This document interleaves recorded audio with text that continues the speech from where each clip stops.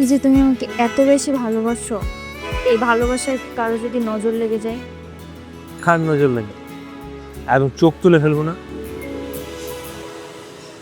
তুমি যে প্রতিদিন সকাল 9টায় বের হও, বিকাল 5টায় বাড়ি ফেরো অফিস করে, আবার এত ক্লান্ত শরীর নিয়ে আমাকে নিয়ে প্রতিদিন ঘুরতে বের হও, তোমার কি একটু বিরক্ত লাগে না?